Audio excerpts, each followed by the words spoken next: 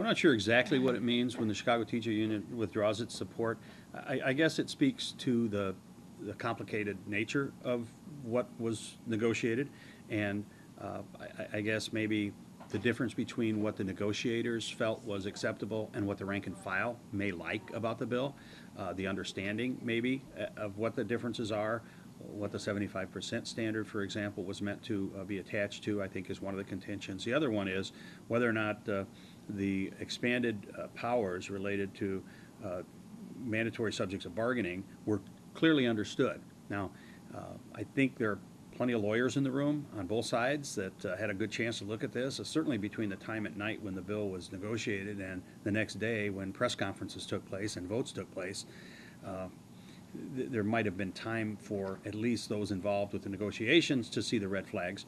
But I think what happened was membership later had a better chance to analyze this, and they began to say, hey, wait a minute, do we really agree to this?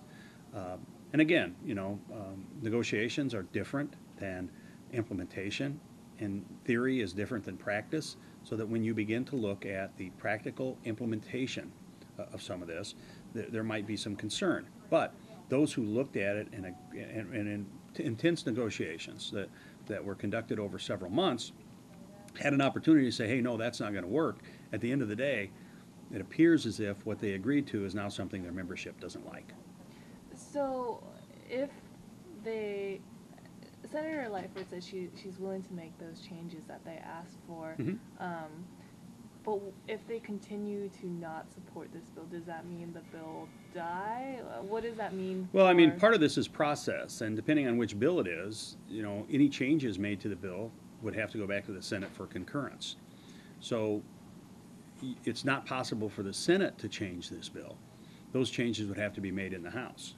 And if Senator Lightfoot would like to see those changes made, obviously she's going to have to work through the Speaker's office and the leadership here to support those changes to the bill that she really was the primary negotiator on, and to have it come back over. I mean, she was pretty adamant about no changes in this bill originally. I think those kind of substantive changes, if they're going to be made, may open the door for others to say, well, if we're going to make changes, then why don't we look at these changes? If somebody isn't happy with an agreement they made, why wouldn't there be others who may want to look at some issues in the bill?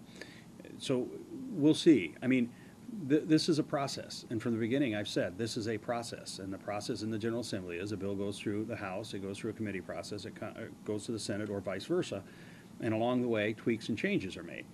So we'll see. I think that Senator Lightfoot is in a position to know what the intention of the agreement was, at least from her standpoint, and certainly her weighing in on what that intention was is important, because she was a chief negotiator in the Senate side for the bill.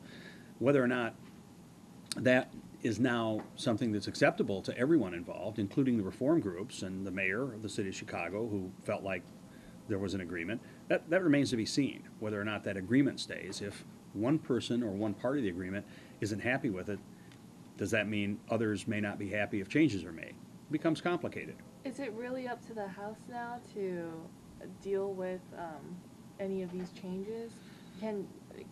Well, the way the process works, the bill is in the House. Yeah.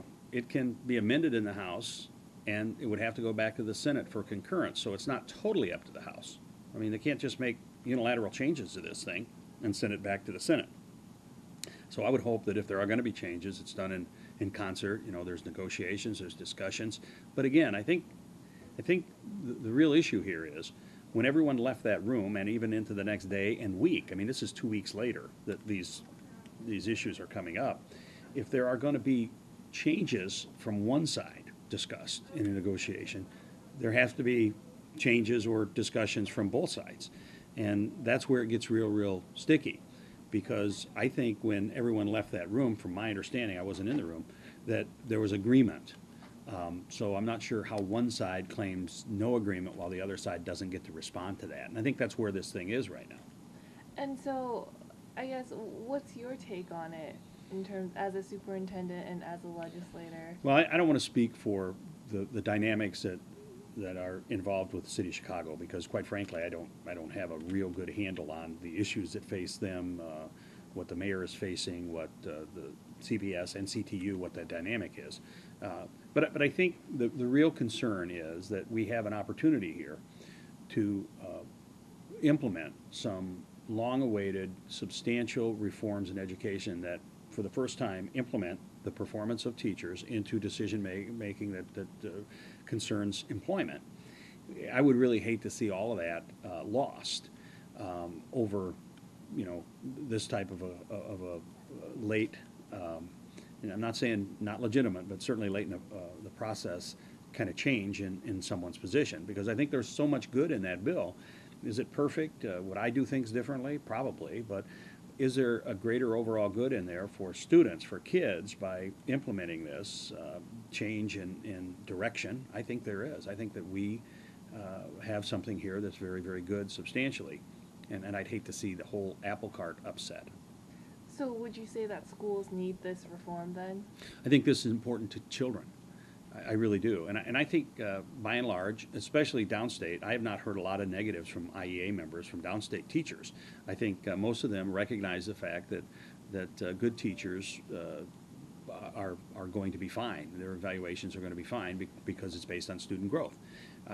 I've not heard anything negative from downstate teachers about the sunshine on collective bargaining. But again, remember, downstate teachers, there's a little difference here, a little different dynamic. First of all, it's not a 75% vote for them. Secondly, we didn't change the mandatory subjects of bargaining for them. And it's a different system. It is a totally different system. A strike in the city of Chicago, strikes are devastating anywhere, but certainly in the city of Chicago, they present a whole different dynamic than they do in some downstate communities. All right, anything else you want to add? No. Thank you so much for your time. I Okay. appreciate